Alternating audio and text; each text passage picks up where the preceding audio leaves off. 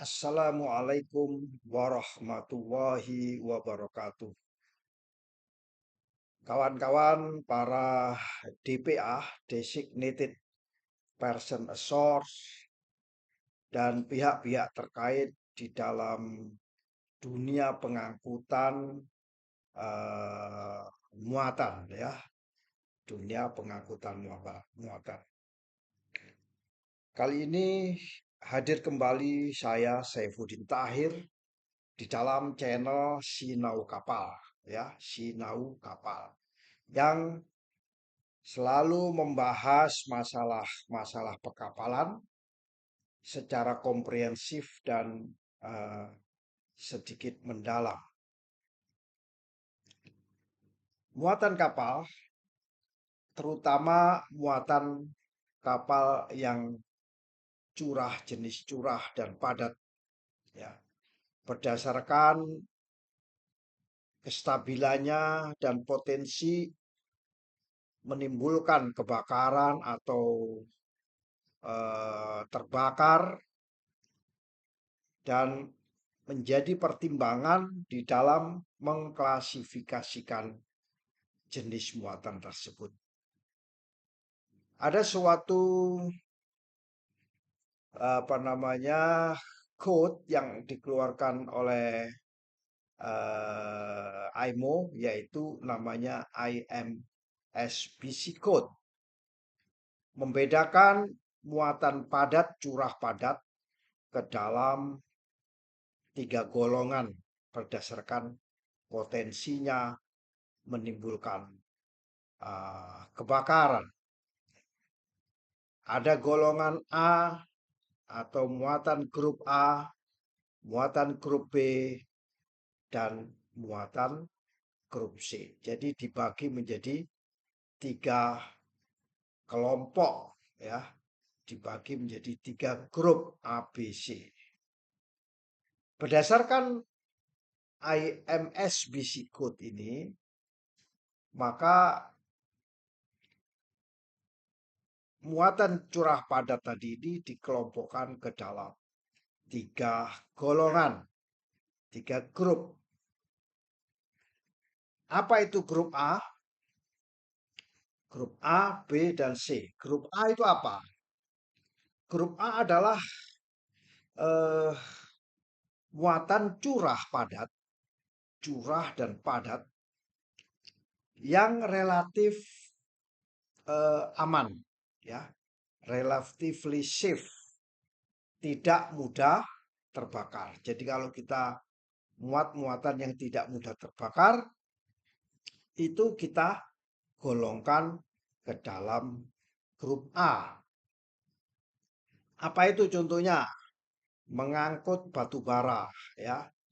Jadi kalau seorang DPA mengangkut batu bara berdasarkan IMSBC Code itu dikelompokkan atau digolongkan dalam grup muatan grup A, batu bara.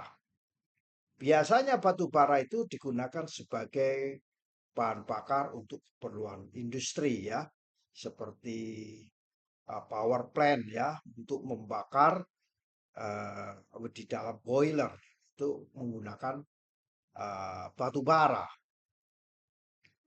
Yang kedua, kapal mengangkut biji besi.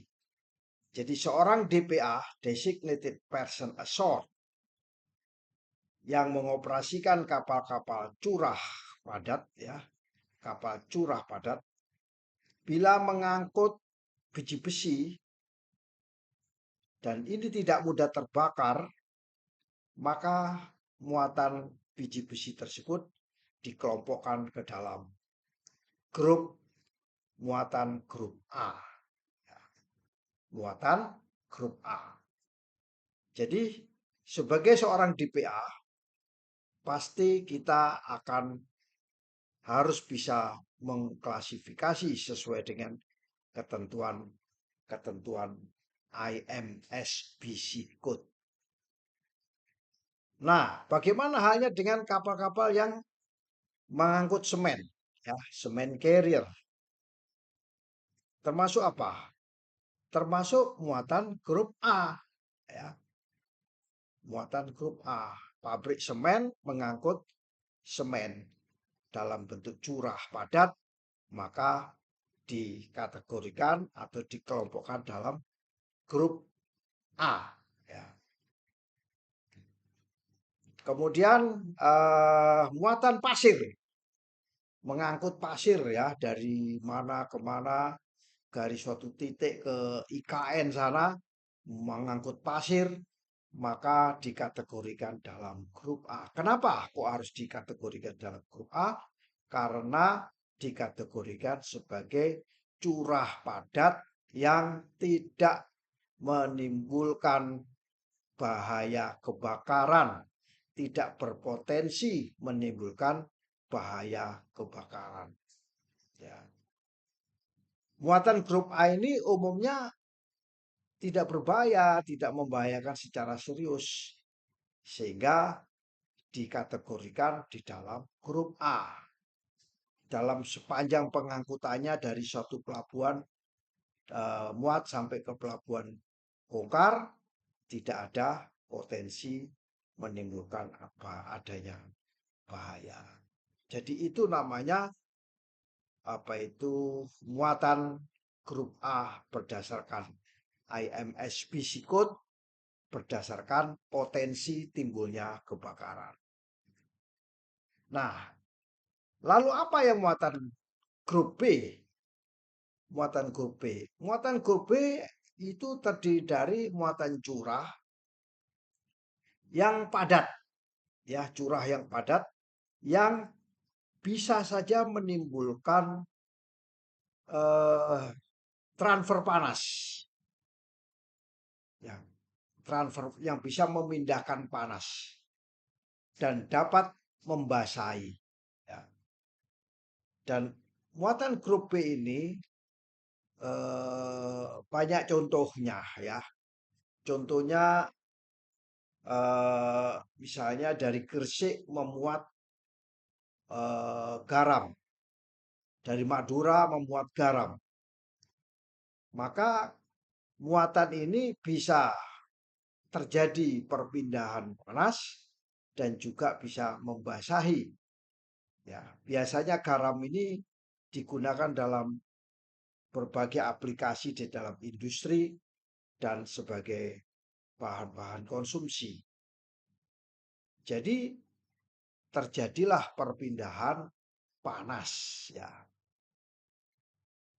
Yang kedua, biji seng. Kalau kita mengangkut biji seng digunakan dalam industri logam, ya, biasanya itu juga dikategorikan dalam muatan grup B. Jadi seorang DPA kalau mengangkut garam jangan dimasukkan ke dalam grup A, tapi masukkan ke dalam grup B, ya. Masukkan karena potensinya bisa memindahkan panas, ya. Memindahkan panas ke bodi lambung kapal, ya. Termasuk biji seng itu bisa memindahkan panas. Bagaimana halnya kalau kita mengangkut belerang? Belerang dalam jumlah besar juga digunakan dalam industri kimia. Ini juga bisa memindahkan panas.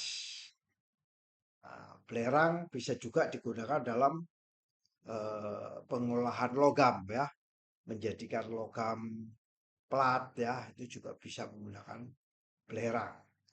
Jadi grup B ini adalah grup yang memerlukan penanganan khusus di dalam transportasinya. Jadi untuk mencegah adanya dampak, ya, dari sifat-sifatnya yang dapat mempengaruhi sekitarnya, memindahkan panas, ya. Biasanya kalau mengangkut belerang, lambung kapalnya atau kargo hold-nya ada mengandung panas, memindahkan panas. Itu masuk di dalam grup B. Jadi kita sudah punya dua grup, grup A, yaitu yang tidak mudah terbakar, tidak mudah mempengaruhi lingkungan, grup B yang bisa memindahkan panas dan mempengaruhi lingkungan. Lalu grup C itu apa? Grup C itu di dalam IMSBC Code itu muatan curah padat yang berpotensi menimbulkan katakan bahaya yang serius yang bisa menimbulkan panas yang signifikan. Kalau tadi kan panasnya hanya terjadi perpindahan sedikit lah, hangat atau katakan begitu. Tapi kalau grup C ini menimbulkan pengaruh panas yang signifikan dan muatan-muatan yang bisa mengakibatkan lambung kapal korosi, ya pengangkut eh, apa namanya pupuk itu juga termasuk korosif dan pengaruh eh, ke dalam lambung kapal cargo hold itu bisa sangat signifikan panas. Muatan kapal curah padat yang beracun, muatan beracun. Nah, itu juga bisa dikategorikan sebagai muatan dengan grup C, ya, muatan grup C. Lalu apa kira-kira contoh muatan grup C ini? Salah satu contohnya adalah fosfat yang biasanya digunakan untuk pembuatan pupuk, ya, fosfat itu. Makanya pupuk itu pabrik industri pupuk pasti apa namanya AMS code-nya muatannya grup C, ya, grup C. Krakatau Steel atau pabrik-pabrik logam yang menggunakan biji mangan itu juga dikelompokkan dalam muatan grup C karena dia sangat sangat mempengaruhi panas. Mangan ini diproduksi banyak digunakan dalam industri logam, ya, industri logam. Kemudian muatan namanya pigmen besi. Nah, biasanya digunakan dalam industri cat, marine paint, ya. Pabrik-pabrik cat itu mengangkut muatan besi, pigmen besi, ya, itu pasti kategorinya muatan grup C, ya. Jadi kita sudah bisa membedakan mana grup A, mana grup B, dan mana grup C. Muatan grup C tentunya kalau B memerlukan penanganan yang yang lumayan, maka di grup C ini penanganannya harus super hati-hati, sangat hati-hati, ya. Kita perlu melindungi untuk mengurangi adanya risiko tersebut.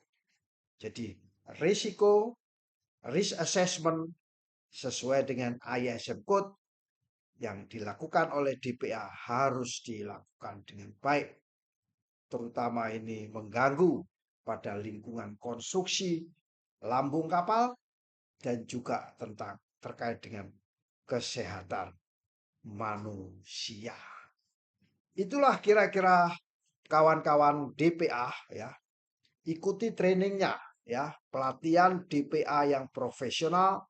Bagaimana kita mengangkut IMSBC code, katakan muatan A itu bagaimana, muatan B bagaimana, muatan grup C bagaimana. Demikian, semoga sharing singkat ini bisa bermanfaat. Wassalamualaikum warahmatullahi wabarakatuh.